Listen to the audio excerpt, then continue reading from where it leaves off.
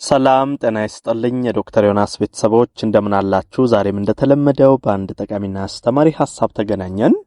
በዛሬ ፕሮግራም የምነግራችሁ ለቆዳችሁ ውበት የሚረዳ አንድ ውህድ አዘገጃጀት ነው። በነገራችን ላይ ዛሬ ይሄን ማንሳት የወደድኩት ለምንድነው? በተለይ በርካታ ሴቶች ውበታችሁን ለመጠበቅ ከላይ የምትቀቧቸው የተለያዩ ክሬሞች፣ የተለያዩ የፊት መዋቢያ ነገሮችን መጠቀም እንደዚህ አይነት ነገሮች የተለመዱ ናቸው። ነገር ግን ወደ ውስጣችሁ የምታስገቡት ለቆዳ ጤንነት፣ ለቆዳ ውበት የሚረዱ ነገሮች ላይ ብዙም አስባችሁ ስትሰሩ አልመለከትም። በተለይ እዚህ ጋር በጣም ማወቅ ያለባችሁ ነገር ምንድነው?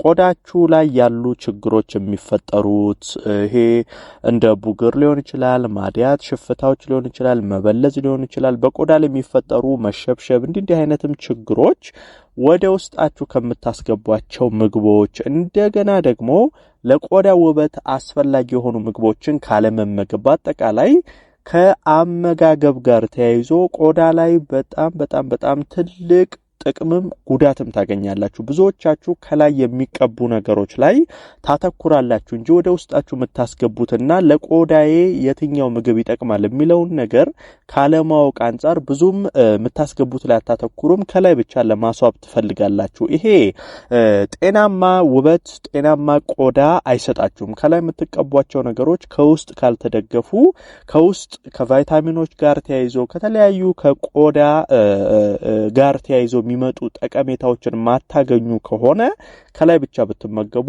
ወይንም ብትቀባቡ ምንም ዋጋ የለውም። ስለዚህ በተለይ ዛሬ የምነግራችሁ ይሄ ውህድ ትልቁ ጠቀሜታው በቀላሉ በቤት ውስጥ ከምታዘጋጇቸው ምግቦች የሚዘጋጅ ውህድ ነው። ነገር ግን በቆዳ ላይ ያሉ መበለዞች፣ የቆዳ መሸብሸቦች፣ የተለያዩ ቡግር፣ ሽፍታ፣ ጥቋቁር ነጠብጣብ የተለያዩ በቆዳ ላይ ያሉ ችግሮችን የሚያስወግድና ውብ ጥሩ ያማረ ጠንካራ ወዛም ቆንጆ ቆዳ እንዲኖራችሁ የሚያደርጋችሁ ነገር ነው። ይሄ ውህድ ምንድነው? ከምን ይዘጋጃል? መቼ እንጠቀመው? በአጠቃላይ ስለ ውህዱ ማወቅ ያለባችሁን ነገር እነግራችኋለሁ ማለት ነው። አብራችሁን ቆዩ። ለቻናሌ አዲስ ከሆናችሁ ሰብስክራይብ አድርጋችሁ ቤተሰብ ሁኑ። ይሄን መረጃም ላይክ እና ሼር አድርጋችሁ በርካቶች ጋር ደርሶ እንዲማሩበት እንድታደርጉ በክብር እየጠየቅኩ በቀጥታ ወደ ሐሳባችን እንግባ።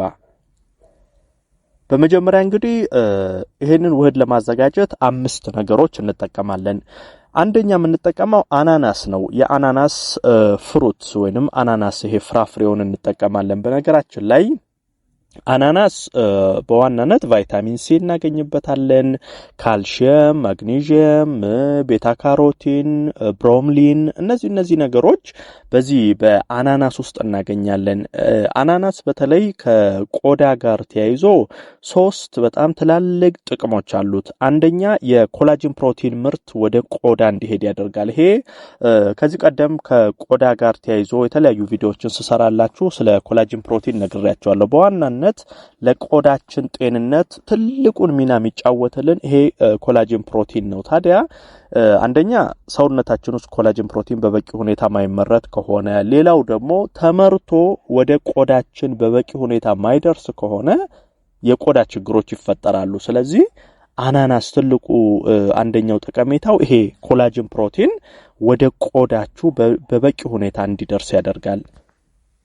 ሌላኛው ደግሞ በዚህ በአናናስ ውስጥ የምናገኘው ብሮምሊን ነው። ትልቁን ስራ የሚሰራልን በነገራችን ላይ ይሄ ብሮምሊን ከቆዳ ባለፈ ለአንጀት፣ ለጨጓራ በተለይ ይሄ ለምግብ መፈጨት ስርዓት ለእንደዚህ አይነት ችግሮች በጣም ትልቅ መፍትሄ ይሆናል። ከቆዳም ጋር ተያይዞ ይረዳናል። በዚህ በአናናስ ውስጥ የምናገኘው ሌላው አናናስ የጸረ ባክቴሪያ ባህሪ እንዳለው ይታወቃል። በተለይ ይሄ በባክቴሪያ አማካኝነት የሚመጡ የቆዳ ችግሮች በሽታዎችን በከፍተኛ ሁኔታ ይከላከላል። ስለዚህ ለዚህም ውህድ አንደኛ አናናስ አዘጋጁ።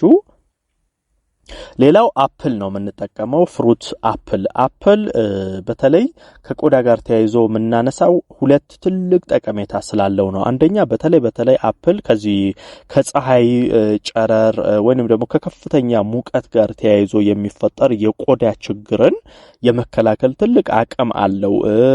ፖሊፊነን በዚህ በአፕል ውስጥ ስለምናገኝ ነው። በተለይ ይሄ ፖሊፊነን ከዚህ ከቆዳ ችግር ባለፈ ካንሰርንም ይከላከላል። በአሁን ሰዓት ላይ ካንሰር በጣም እየተስፋፋ ካሉ ህመሞች ውስጥ አንዱ እንደሆነ ይታወቃል። አስቀድማችሁ ልክ እንደ አፕል ያሉ በውስጣቸው ፖሊፊኖል ያሉባት የዚህ የፍሩት አይነቶችን ብትመገቡ ካንሰርንም መከላከል ይችላል። ሌላው ይሄ የደም መመረዝን የመከላከል አቅምም እንደዚሁ አፕል አለው። በተለይ ይሄ ፋይቶኬሚካል ስላለው አፕል ይሄ የደም መመረዝ እንደዚህ አይነት ነገሮችን ይከላከላል፣ ለቆዳችንም ይረዳናል። ስለዚህ ከአናናስ ቀጥሎ አፕል ታዘጋጃላችሁ። ሌላኛው ኩከምበር ነው የምንጠቀመው። ኩከምበር እንግዲህ ከፍተኛ የውሃ መጠን እንዳለው ይታወቃል። ቫይታሚን ሲ፣ ቫይታሚን ቢ እንደዚሁም ሌሎችም ከቆዳ ጋር ጠቃሚ የሆኑ ነገሮች አሉት። ከዚህ ውህድ ጋር አንድ ላይ ብንጠቀመው መልካም ነው። ሌላኛው ዝንጅብል የተወሰነ እንጠቀማለን። እንግዲህ ዝንጅብል በተለይ ከዚህ ከምግብ መፈጨት ስርዓት ጋር ተያይዞ የምግብ መፈጨት ስርዓትን በከፍተኛ ሁኔታ ያቀላጥፋል። አላስፈላጊ ባክቴሪያዎች ከሰውነታችን ውስጥ ያስወግዳል። ለጡንቻ፣ ለጅማቶች ህመምም እንደዚሁ እንደ ፈውስነት ያገለግላል። የጸረ ባክቴሪያ ባህሪም ስላለው ከዚህ ከፈንገስ ከባክቴሪያዎች ጋር ተያይዞ የሚመጡ ችግሮችንም ይከላከላል። ለዚህ ለቆዳችን ውበትም ከነዚህ ፍሩቶች ጋር የተወሰነ ዝንጅብል እንጠቀማለን። ሌላኛው ሎሚ እንደዚሁ እንጠቀማለን። በነገራችን ላይ ሎሚ የዚህ የኮላጅን ፕሮቲን ሰውነታችን ላይ እንዲመረት ከሚያደርጉ ነገሮች ውስጥ ትልቁን ሚና ይጫወታል። በተለይ በዚህ በሎሚ አማካኝነት የሚፈጠሩ የኮላጅን ፕሮቲኖች ከቆዳ ጋር ብቻ ተያይዞ ሳይሆን ለጥፍር ጤንነትና እድገት፣ ለጸጉር ጤንነት እድገት እንደዚሁም ትልቅ ሚና ይጫወታል። ከዛ ባለፈ ሎሚ ቫይታሚን ሲ እንዳለውም ይታወቃል። እሱም በራሱ ትልቅ ጠቀሜታ ለሰውነታችን ይሰጠናል።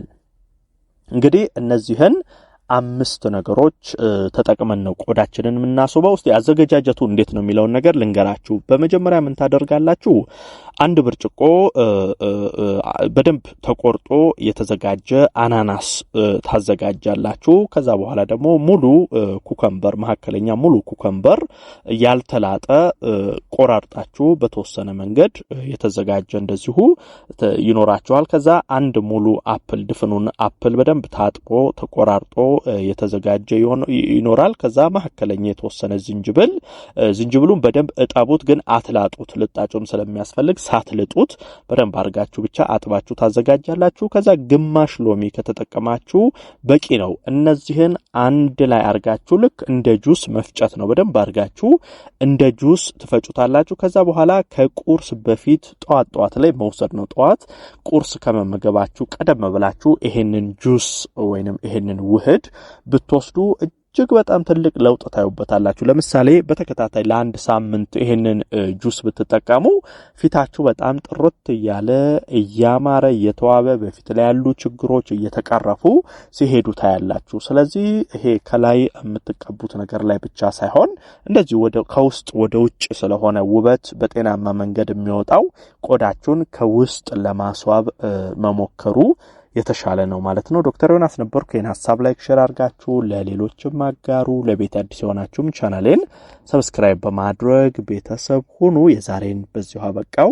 በቀጣይ ቀን በአዲስ ሐሳብ ዳግም የምንገናኝ ይሆናል። እስከዛው በያላችሁበት መልካም ጊዜ